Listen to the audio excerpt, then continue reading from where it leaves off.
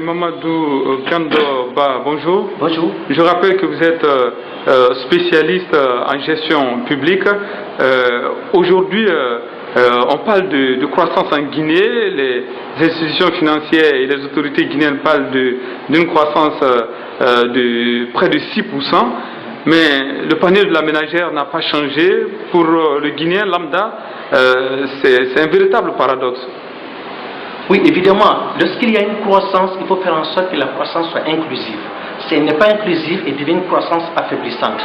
C'est ce qu'il faut éviter.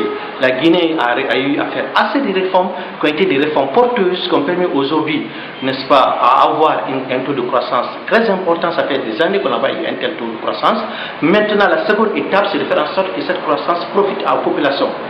Et comment le faire? Il s'agit de faire en sorte que ce soit une croissance inclusive, c'est-à-dire une croissance qui va permettre le développement ou le financement des petites et moyennes entreprises, le financement des collectivités locales, des collectivités à la base, le financement des projets.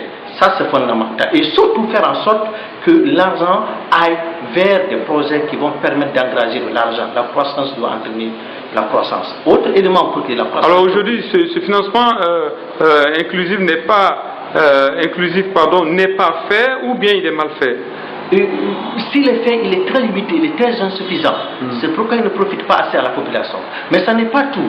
Lorsqu'il y a un tel taux de croissance, il faut faire en sorte qu'il y ait une inclusion financière. C'est-à-dire amener, n'est-ce pas, les différentes PME, petites et moyennes entreprises et autres, n'est-ce pas, à profiter des crédits. Donc développer les crédits, l'accès aux crédits. Mais surtout, une telle croissance doit contribuer au financement des infrastructures.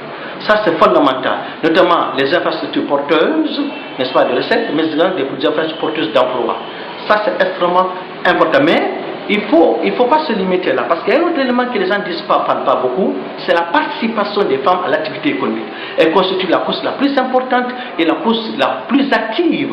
Alors, ces femmes-là, il faut les encourager à participer à l'activité économique. Cela va permettre justement à renforcer cette croissance économique. Autre élément qui fait que surtout en Guinée, la croissance ne profite pas assez, c'est parce qu'en Guinée, l'informel est très développé. Alors le gouvernement doit développer des mécanismes juridiques permettant le passage de l'informel au formel. Ça c'est fondamental, ça permet mieux, n'est-ce pas, de cerner cette notion de croissance, de faire en sorte que cette croissance soit mieux encadrée, mieux profitable à la population locale. Alors, dernière question, aujourd'hui, d'aucuns estiment que si on n'a pas assez de fonds avec les institutions financières de Bretton Woods, c'est parce que il n'y a pas de crédit, de véritable crédit à accorder à notre pays et la stabilité aussi manque. Est-ce que vous avez cette même analyse? On ne peut pas dire qu'il n'y a pas de crédit. S'il n'y avait pas de crédit, il n'y allait pas y avoir du tout de programme. Il y a du crédit, mais ce crédit-là, il faut le renforcer. Parce que pour permettre à la Guinée d'accéder facilement aux différentes institutions de crédit, notamment les banques mondiales, FMI et autres, mais surtout de bénéficier des prêts venant des autres États, il faut que la Guinée aille très loin dans ses réformes, notamment ses réformes économiques et financières, et la réforme de la justice. C'est fondamental. On a besoin qu'il y ait d'abord de paix, de sécurité, qu'on a besoin qu'il y ait une justice crédible, qui est rapide dans la gestion des dossiers, les investisseurs en ont besoin.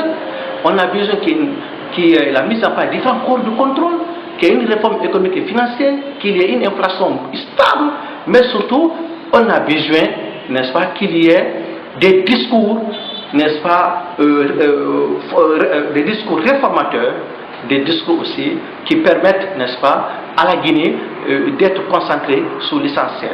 Les investisseurs ont peur des discours qui font peur des pays qui ne sont pas stables. Les investisseurs n'y croient pas aux pays qui ne font pas assez de réformes, notamment dans la maîtrise des corps de contrôle, des institutions financières, mais également de la masse monétaire. Ça, c'est fondamental. Il faut donc que la Guinée augmente son taux de crédibilité auprès des institutions. Merci à vous, M. Mamadou Gandoba, d'avoir répondu à nos questions. Merci, monsieur.